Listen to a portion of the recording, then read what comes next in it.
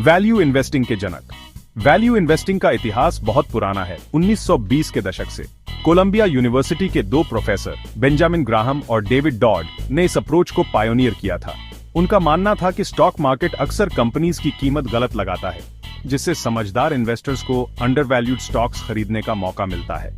Graham और dot ने fundamental analysis की इंपॉर्टेंस पर जोर दिया।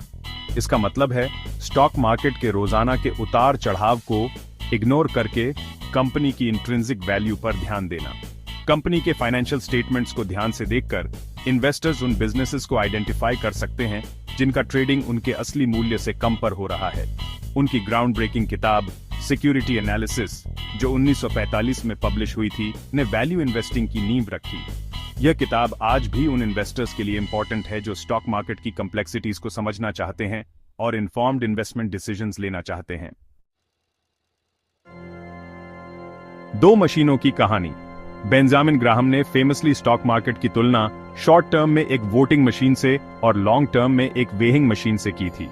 शॉर्ट टर्म में मार्केट सेंटिमेंट, जो इमोशंस और स्पेकुलेशन से ड्रिवन होता है, स्टॉक प्राइसेस को उनकी इंट्रिंसिक वैल्यू से बहुत अलग कर सकता है। लेकिन लॉन्ग रन में मार्केट एक वेइंग मशीन की तरह काम करता है। कंपनी के फाइनेंशियल परफॉर्मेंस, उसकी एसेट्स और उसकी फ्यूचर अर्निंग्स पोटेंशियल का असली वेट ही अल्टीमेटली उसकी स्टॉक प्राइस तय करेगा।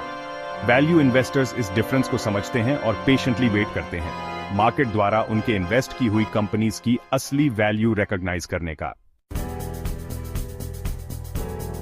हिडन जेम्स ढूंढना। वैल्यू इन्वेस्टिंग का ऑब्जेक्टिव है ऐसे स्टॉक्स खरीदना जो उनके इंट्रिंसिक वैल्यू से डिस्काउंट पर ट्रेड कर रहे हों। इसके लिए थॉरो रिसर्च और एनालिसिस की जरूरत होती है। वैल्यू इन्वेस्टर्स उन कंपनीज को ढूंढते हैं जिनके फंडामेंटल स्ट्रांग हों, जैसे कि प्रॉफिटेबिलिटी का अच्छा ट्रैक रिकॉर्ड, कम डेट लेवल्स और केपेबल मैनेजमेंट।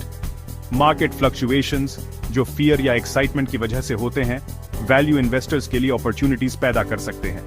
जब मार्केट पैनिक करता है और सॉलिड फंडामेंटल्स वाली कंपनी को अंडरवैल्यू करता है, तो वैल्यू इन्वेस्टर्स इसे खरीदने का मौका समझते हैं।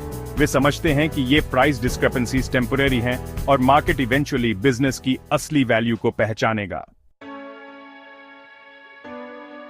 सब्र का फल मीठा होता है। वैल्यू इन्वेस्टिंग कोई जल्दी अमीर बनने का तरीका नहीं है। इसके लिए पेशेंस, डिसिप्लिन और लॉन्ग टर्म पर्सपेक्टिव चाहिए।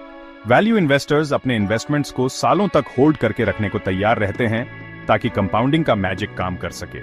स्ट्रॉन्ग फंडामेंटल्स वाली अंडरवैल्यूड कंपनीज पर फोकस करके वैल्यू इन्वेस्टर्स का एम होता है समय के साथ कंसिस्टेंट रिटर्न्स जनरेट करना। हालांकि इस अप्रोच से शायद स्पेक्टेक्युलर शॉर्ट टर्म गेन्स ना मिले, लेकिन यह लॉन्ग टर्म वेल्थ बनाने के लिए एक सॉलिड फाउंडेशन देता है।